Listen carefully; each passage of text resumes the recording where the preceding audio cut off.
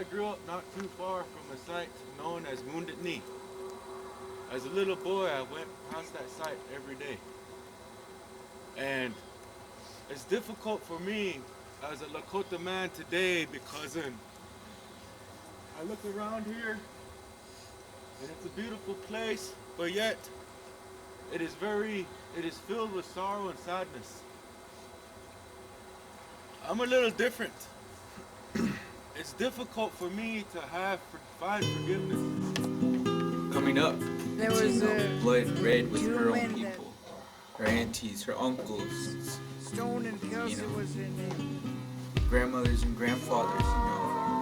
She had to see that blood as a 6-year-old girl, as she cried for her aunties and uncles that she missed. My name is Mildred Duncan. I'm affiliated with the Robinson Rancheria. I'm a Pomo Indian. My grandmother was one of the survivors of Bloody Ireland.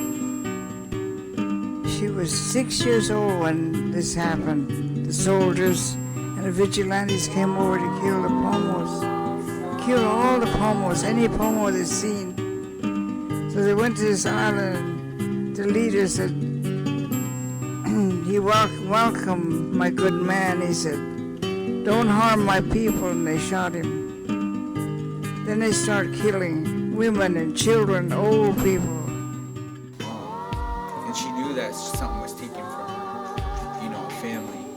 And she knew that this lonely life wasn't really the life that she was supposed to come into. Little babies, anybody they ran into, babies, they would stick their bayonets in and throw them in the water. They would kill anybody that was living. One little baby was crawling along and the soldier stepped on her back. He thought he killed her because he left. And she understood that this was what was happening, so she got up every morning with the morning sun, and made her prayers and cried for them, but she also asked for the forgiveness of those soldiers and of their people, the white people. We call them Masons.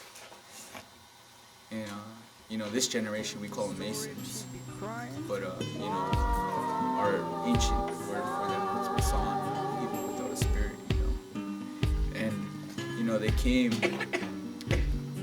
because of Stone and Kelsey. The natives were tired of the abuse there. They had our mothers and fathers bring their young girls to them. She was hiding in the tulies. She was breathing through a straw. Enough is enough. And the people were starving, and we were just pushed too far. We weren't a very fighting people. We weren't a violent people. We really didn't know violence. A lot of people say that the Indians were killing each other. Today's the only day that I have to make a difference for tomorrow. I can't say, I'll do that tomorrow.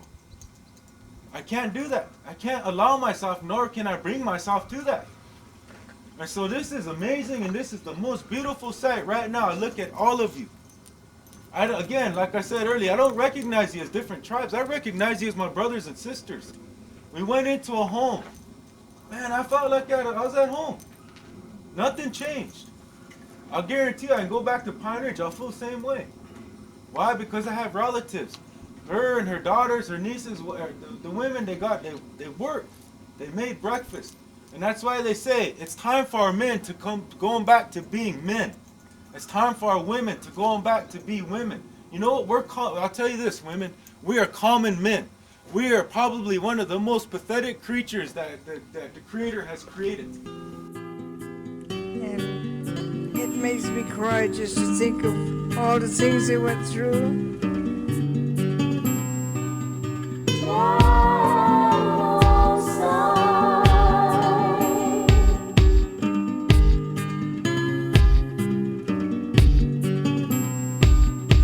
Then when they came back, they got with some Indians, and then there was two men that used to enslave the Indians.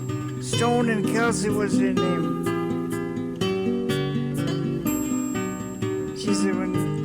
she was a baby, then when she grew up to be 6. They got together, and from what I heard, you know, it was well orchestrated too, you know. They made sure that the women, the slaves in the house, made sure that the gunpowder was all wet, you know. They orchestrated everything, and then they took them out, you know, because of what they were doing to our people, what they had us doing. And so, you know, enough was enough, and it was time for a change, so we did that.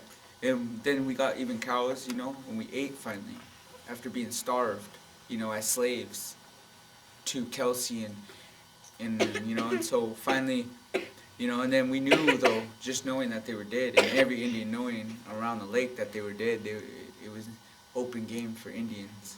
I mean, in a state that already collects Indian scalps, you know, in a state that already passed through their Congress, you know, $1 million to appropriate, you know, collecting scalps. You know, you can make a living off of collecting Indian scalps, you know, back then. You need a little extra cash, go get an Indian scalp. You know, that was the way to get money from the government. That was just like getting, you know, a welfare program, you know. So, you know, those poor whites back then, that was their welfare program, is collecting Indian scalps. You know, this welfare program's been going on, you know, since the beginning of this civilization, you know.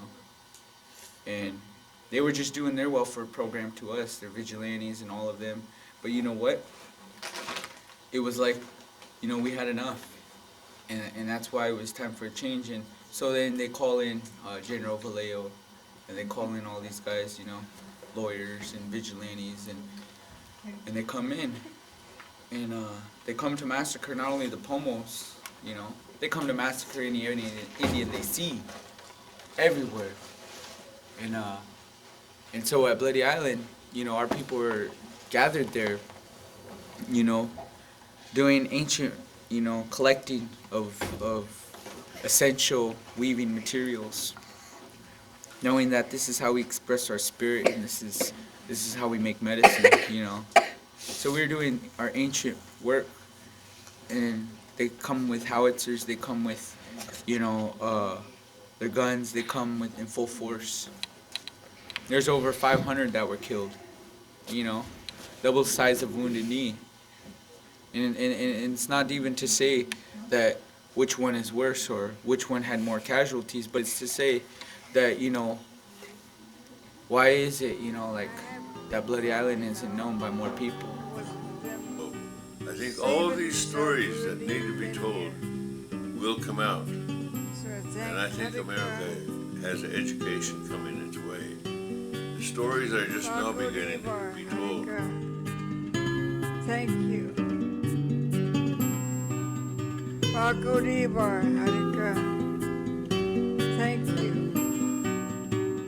Paco Dibar, Harika. Thank you.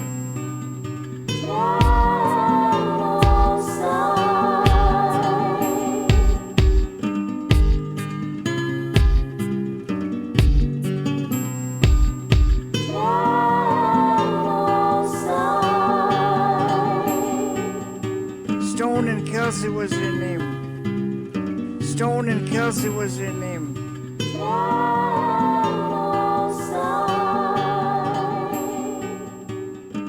Kelsey was his name. Kelsey was his name. Kelsey was his name. Kelsey was his name. Kelsey was his name.